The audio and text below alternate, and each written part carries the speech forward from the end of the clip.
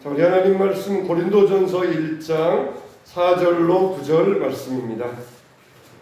신약성경 263면입니다. 고린도전서 1장 4절로 9절 말씀입니다. 고린도전서 1장 4절로 9절. 우리 한 절씩 교독합니다. 그리스도 예수 안에서 너희에게 주신 하나님의 은혜로 말미암아 내가 너희를 위하여 항상 하나님께 감사하노니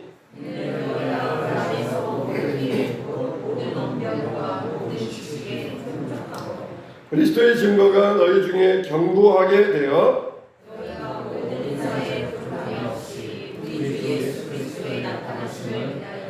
주께서 너희를 우리 주 예수 그리스도의 날에 책망할 것이 없는 자로 끝까지 견고하게 하시리라.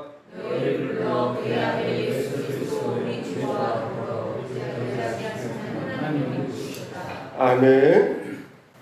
사람들 가운데는 우자가 있고 현자가 있지 않습니까? 사람을 우자와 현자로 그렇게 나눌 수 있지 않습니까? 우자들은 어리석은 자들이에요. 그래서 아무리 가르쳐줘도 깨닫지를 못합니다. 이건 이거야, 저건 저거야. 아무리 가르쳐줘도 알지를 못해요.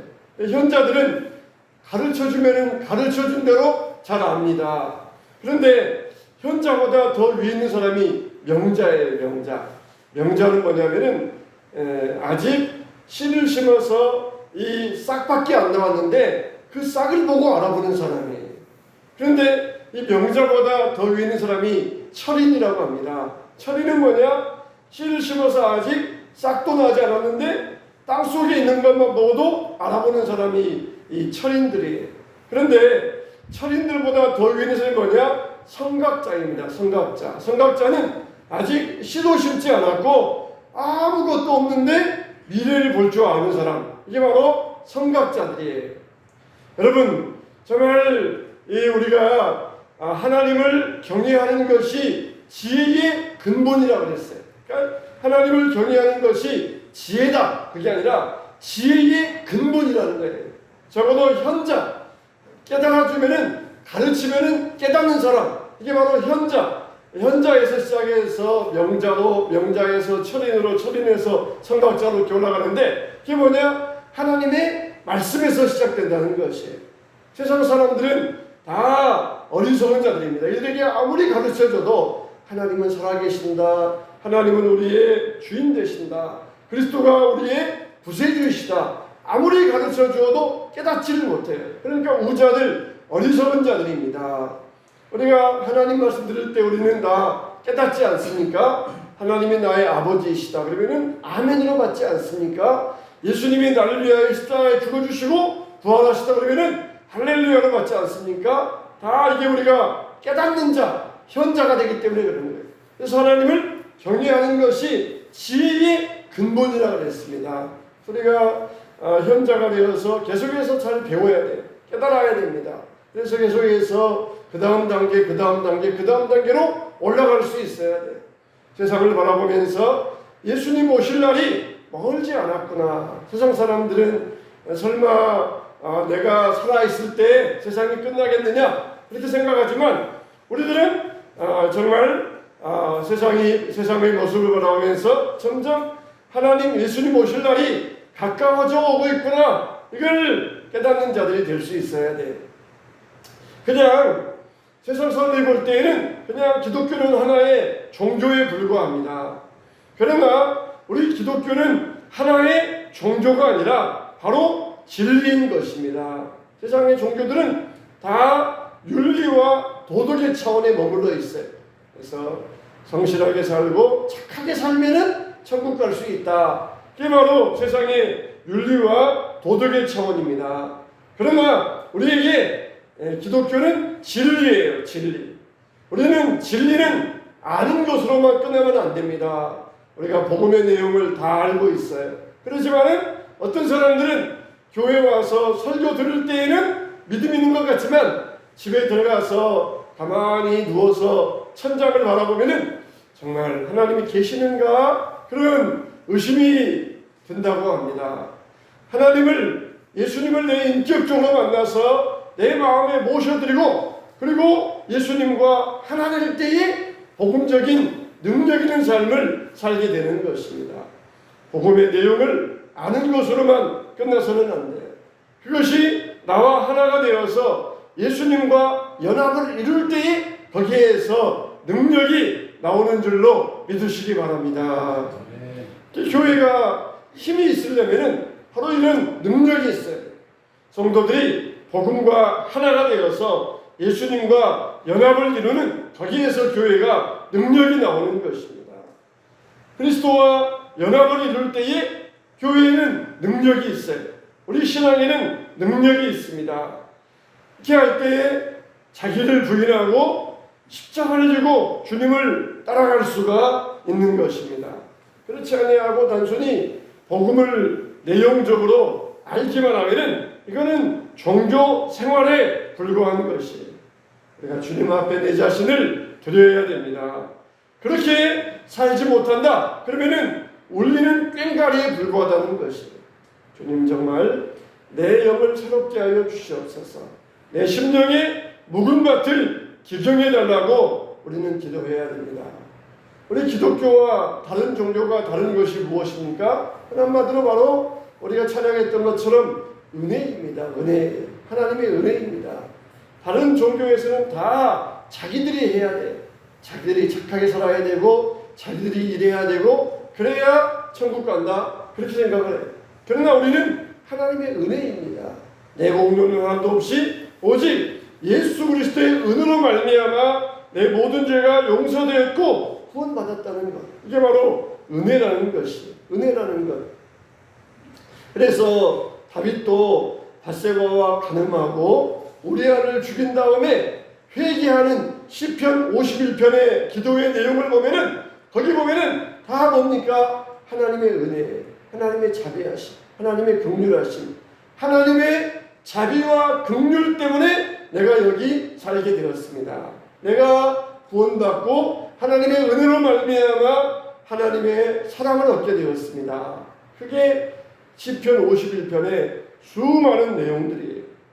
우리가 이와 같이 용서받은 자로서 이제는 그 나라의 시민의 삶을 살아가야 되는데 하나님 나라의 시민의 삶은 뭐냐? 오늘 여러분들에게 두 가지 말씀드리려고 해요. 첫째는 뭐냐? 하나님 나라의 시민의 삶은 순종한다. 순종한다. 따라서 합시다. 순종한다. 예, 하나님 나라의 시민의 삶은 뭐냐? 신앙생활은 순종한다는 거예요. 순종한다는 것. 신앙생활은 뭐냐? 순종한다는 겁니다. 만일 다른 사람이 여러분들에게 물어봅니다. 요즘 신앙생활 잘하고 있습니까? 그렇게 물어봅니다. 그러면 여러분들은 뭐라고 대답하십니까? 예, 잘하고 있습니다. 아니, 잘못하고 있습니다. 그렇게 대답을 할 거예요. 그런데 신앙생활 잘하고 있습니까? 할 때 그 말의 내용은 뭡니까? 순종하고 있습니까? 그런 뜻이에요. 순종하고 있습니까? 순종하고 있느냐? 바로 신앙생활 잘하고 있습니까? 바로 그런 뜻인 거예요. 대한민국 국민으로서 잘 살고 있습니까? 그건 뭡니까? 대한민국의 법에 통치를 받고 그 법을 잘 지키고 있습니까? 그런 뜻인 거예요. 신앙생활 잘하고 있느냐? 그 나라의 국민으로서 하나님 나라의 국민으로서 잘 지내고 있느냐? 그 말은 그 나라의 법을 잘 지키고 있느냐? 그런 뜻이에요. 순종하고 있습니까? 순종하고 있습니까? 예수 믿으세요. 예수 믿으세요. 예수 믿고 천국 가세요. 그 말은 뭡니까? 예수님 앞에 순종하세요. 예수님 앞에 무릎 꿇으세요. 바로 그런 뜻이 되는 것이에요. 예수 믿으세요. 예수 믿고 천국 가세요. 이 말은 이 땅 위에서 그럭저럭 적당히 살다가 천국만 들어가면 된다. 그런 뜻이 아닙니다. 이 땅 위에서 예수님에게 순종하고 있습니까? 순종하느냐? 순종의 삶을 살고 있느냐? 바로 그런 뜻이 되는 것입니다. 그래서 예수님의 그 말씀을 따라서 예수님께 순종하는 삶을 살아가는 것, 이게 바로 신앙생활이라는 거예요. 그 나라의 시민으로서 참된 삶을 살고 있다는 것입니다. 어느 청년이 자기 앞에 진로에 대해서 막 고민을 했어요. 기도하면서 내가 앞으로 어떻게 살아야 되겠는가 하나님께 기도하면서 고민하면서 기도했어요. 근데 꿈 중에 꿈도 아니고 환상도 아니고 이상한데 비몽사몽 가운데 아스팔트에 있는 쥐 한 마리의 모습을 보여주신 거예요. 그 쥐가 아스팔트에 죽어 있는데 지나가는 차에 깔려가지고 처참한 모습이 되어버렸어요. 하나님께서 마음에 감동 주시기를 저거다. 저게 너의 모습이다.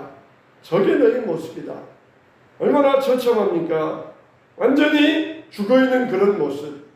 그런데 네가 나에게 쓰임받기 원한다고? 그런 이 하나님의 마음의 감동을 받았던 것입니다. 정말 그 순간 내 안에 있는 모든 죄를 다 회개하면서 주님, 내가 교만했습니다. 내가 교만했습니다.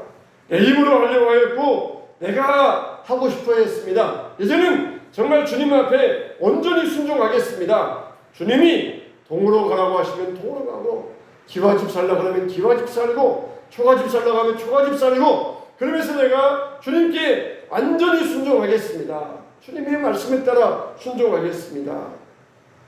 이게 바로 신앙생활이라는 거예요. 이게 바로 주님을 주로 인정하는 믿음의 삶이 되는 것입니다.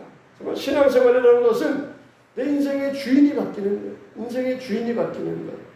내가 내 인생의 주인이 아니라 주님을, 예수님을 내 인생의 주인으로 바뀌어 놓는 것입니다. 민혜경 씨가 불렀던 이 가요 중에 내 인생은 나의 것, 내 인생은 나의 것, 얼마나 그 가사만을 반복하는지 내 인생은 나의 것, 내 인생은 나의 것 그렇게 불렀던 가요가 있어요. 물론 이 그 가요의 뜻은 하도 옆에서 그냥 간섭하고 부모님들이 이래라 저래라 간섭하고 주위 사람이 간섭하니까 제발 간섭 좀 하지 마, 간섭하지 마, 나 좀 놔둬. 이제 그런 뜻으로 이제 불렀던 가요인데 이게 계속해서 와전되어가지고 맞아, 내 인생은 나의 것이야, 하나님도 없어, 오직 내 인생은 내가 사는 것이야. 그런 식으로 이제 완전히 와전되어서 사람들에게 안 좋은 영향을 끼쳤는데 여러분 내 인생은 누구의 것입니까? 내 인생의 주인은 하나님이십니다. 내 인생의 주인은 예수 그리스도이십니다. 예수 그리스도이십니다. 인생에 있어서는 방향이 중요합니다. 어느 목사님이 일본에 선교사로 선교하러 가셨어요. 근데 일본은 지금이나 그때나 참 선교하기가 어려워요. 이분이 일본에서 10년을 선교했는데 겨우 교인들이 15명밖에 안 모이는 것이에요. 10년을 선교하다가 이게 아닌 모양이다 그래가지고 이분이 또 중국으로 옮겨가셨어요. 근데 중국에서는 선교하시는데 교인들이 3,000명이 모이는 겁니다. 3,000명이 모이는 거예요. 여러분 이 목사님이 가만히 생각해 보셨대. 정말 자기가 일본에서 15명 선교할 때와 여기 중국에 와서 3,000명 선교할 때 그때의 나와 지금의 나가 뭐가 다른가? 아무것도 다른 게 없더래요. 다 똑같더래요. 근데 일본에서 15명 두고 선교할 때는 내 가치는 작은 가치였고 지금 여기에서는 3,000명 모이니까 내 가치가 커졌는가? 그것도 아니더라는 거예요. 그때는 흙에 불과했는데 지금은 다이아몬드가 되고 그런 것도 아니더라는 것이에요. 똑같습니다. 똑같아요. 인생에 있어서 어떤 이 중요한 것은 인생의 삶의 방향이라는 거예요. 삶의 방향. 내가 어느 방향을 향하여 나아가는가? 어느 방향을 향하여 나아가는가? 요즘은 조금 느리게 살자, 느리게 나아가자 그러니 추구하는 것들이 있잖아요. 너무 그냥 빨리빨리 하다가 이제는 좀 천천히 가자, 좀 느리게 가자 이렇게 말들 하는데 빨리 가든 천천히 가든 중요한 것은 방향이에요. 방향. 빨리 가면서 그냥 정신없이 가다 보니까 여기가 어디야? 맞게 가고 있는가? 방향을 잃어버렸어요. 그러니까 좀 천천히 가자. 천천히 가면서 방향을 올바르게 잡아보자. 그런 말이 아니겠습니까?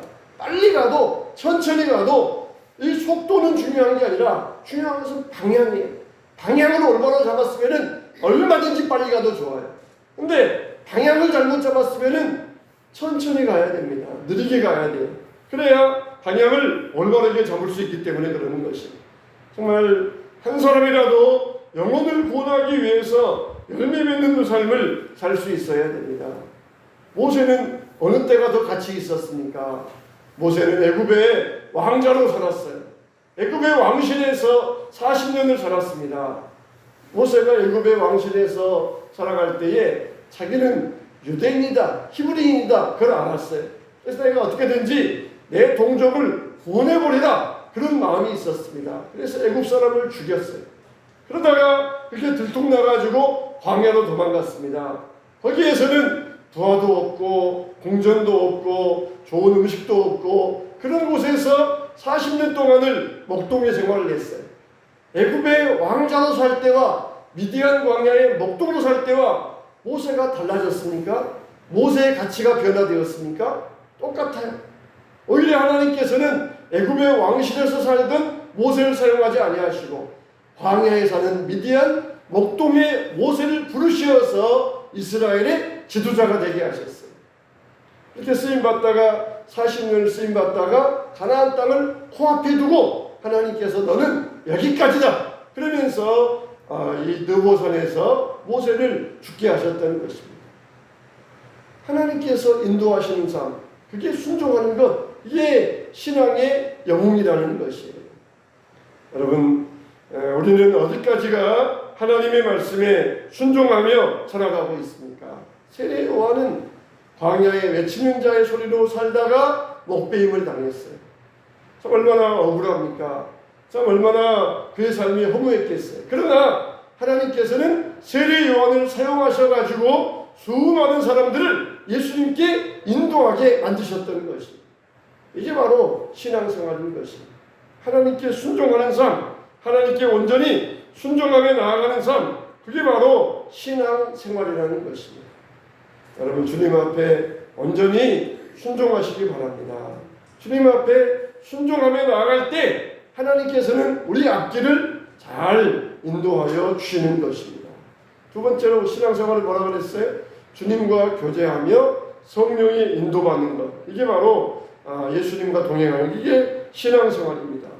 오늘 말씀 9절에 보니까 너희를 불러 그의 아들 예수 그리스도 우리 주와 더불어 교제하게 하시는 하나님은 미쁘시도다 그랬어요. 그와 더불어 교제하게 하신다. 하나님과 교제한다. 예수님과 교제한다. 예수님과 동행한다. 이게 바로 신앙생활이라는 것이에요. 우리가 인격적으로 주님을 만나야 됩니다. 인격적으로 주님을 만나야 돼요. 주님이 우리를 어떻게 인도하십니까? 우리가 성경 말씀을 통하여 인도받아야 돼요. 이게 없으면은 사람들은 이상한 신비주의에 빠져가지고 넘어져 버리고 갑니다. 우리는 성경 말씀을 통하여 인도받을 수 있어야 됩니다. 그러면은 성령께서 우리를 확실하게 인도하여 주시죠. 성경 읽을 때 소리내서 읽기도 하고 또 그리고 속으로 깊이 생각하면서 읽기도 하고 또 그리고 하나하나 단어 알기 위해서 다른 번역본을 참고하면서 읽기도 하고 그러면서 성경을 읽어야 됩니다. 성경 읽을 때 3단계잖아요. 관찰, 해석, 적용 3단계예요. 먼저 너희를 불러 교제하게 하시는 이는 하나님이시다. 이 말씀을 잘 관찰해야 돼요. 그리고 그 말씀을 해석해야 됩니다. 하나님은 교제하시는 하나님이다. 그리고 그걸 나에게 적용해야 돼요. 하나님과 나가 내가 함께 교제해야 되겠다. 교제하기를 하나님은 원하시는구나. 어떻게 교제해야 될까? 내가 더 기도해야 되겠다. 기도함으로써 하나님과 더 밀접하게 교제해야 되겠다. 그래서 관찰하고 해석하고 적용하는 것이에요. 여러분, 우리가 어디를 가기 위해서는 자동차를 타고 그 다음에 내비게이션을 켜잖아요. 요즘 내비게이션은 다 화면 안내입니다. 그런데 옛날에는 화면 안내가 없이 음성 안내만 있었던 그런 적이 있었어요. 내비게이션이 음성 안내만 있으면은 앞에서 전방 300m에서 우회전하세요.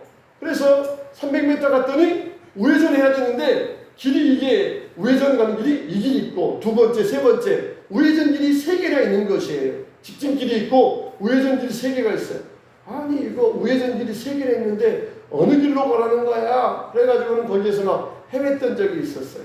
근데 요즘 이제 화면 안내가 나오니까 거기는 분명하게 우회전하세요. 그래가지고 첫 번째 길인지 두 번째 길인지 세 번째 길인지 분명하게 나와서 사람들이 화면 안내를 받으면서 나아갑니다. 그런데 하나님의 내비게이션은 화면 안내가 아니라 음성 안내입니다. 하나님의 내비게이션은 음성 안내. 전방에서 우회전하세요. 우회전하라. 근데 가봤는데 그 길이 여러 갈래인 것이에요. 우리가 고속도로 가다 보면은 좌회전 우회전 길에서 이 길이 어느 길이야? 그러면서 세울 수가 없어요. 고속도로에서 좌회전 우회전 해야 되는데 이게 길이 혼동되어 가지고 어느 길로 가야 될지 몰라서 차를 세웠다가는 뒤에서 오던 차에게 큰 사고가 나고 맙니다. 그런데 우리 인생길은 절대로 고속도로가 아니에요. 우리 인생길은 고속도로가 아닙니다. 가다가 길이 혼동되면은 그 자리에 멈춰가지고 기다려야 됩니다. 어느 길이 나의 길인지 기다려야 돼요. 또 어떨 때 하나님의 음성 안내는 전방에 회전입니다 하면서 그렇게 좀 이 말이 뭉개질 때가 있어요. 좌회전이야 우회전이야? 전방에 회전입니다. 그러면은 좌회전해야 됩니까? 우회전해야 됩니까? 막 그때는 막 속도만 내서 가다 보면은 사고가 나요. 그때는 멈추어야 됩니다. 멈추고 하나님의 음성을 분명히 듣고 분별할 수 있어야 돼요. 그런데 하나님, 내가 지금 대학을 졸업했는데 대학원을 가야 됩니까? 직장을 취업해야 됩니까? 아니면 유학을 가야 됩니까? 아니면 결혼해야 됩니까? 여러분 같으면 어떻게 해야 되겠어요? 대학원 가야 됩니까? 직장 가야 됩니까? 취직을 해야 됩니까? 결혼해야 됩니까? 하나님께서 원하시는 길이 어떤 길일까요? 다 옳은 길이에요. 다 바른 길입니다. 어느 길로 가든지 전혀 문제없는 다 옳은 길들이에요. 그런데 우리가 그 길에서 멈춰서면서 성령의 인도받기 위해서 기도합니다. 기도하면은 하나하나 다른 분들은 닫히기 시작해요. 그러면서 하나의 문이 열려집니다. 그게 바로 성령의 인도하는 길이에요. 이게 하나님의 음성 안내입니다. 다른 길들은 닫혀요. 이렇게 해보려고 그러는데 안 돼요. 닫혀요. 또 이 길이 닫힙니다. 다 옳은 길이고 다 하나님께서 이 바른 길로 열어주셨으니까 어느 길도 좋은데 기도하면서 나아가면은 다른 분들은 닫혀요. 그분들은 다 닫혀지고 하나의 문이 열려요. 그게 하나님의 인도하심입니다. 그런데 기도도 안 하고 가다 보면은 어떤 일이 벌어집니까? 어느 보니까 문이 하나 있어요.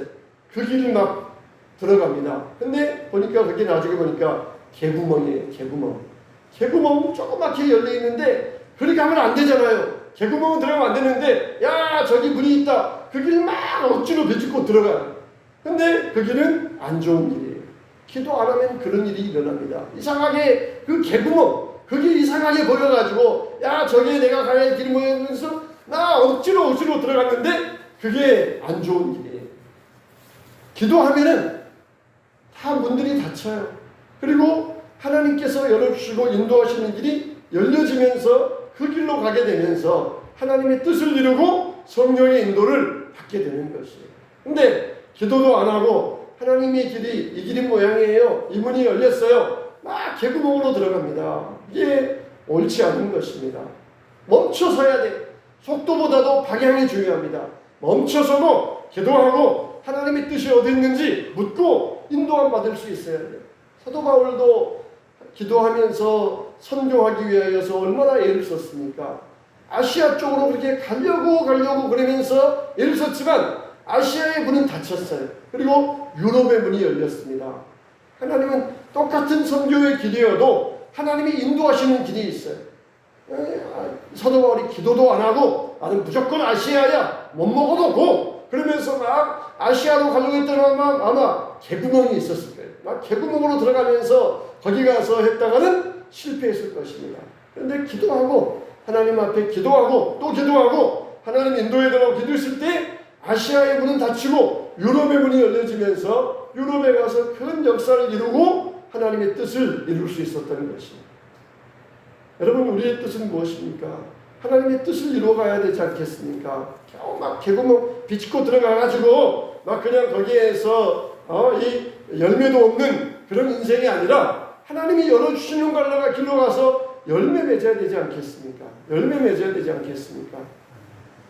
그냥 내 뜻대로 가다가 개구멍 들어가다가 아무런 열매도 없이 그런 인생이 아니라 하나님이 열어주시는 거라면 거기는 열매가 있어요. 우리 교회도 마찬가지입니다.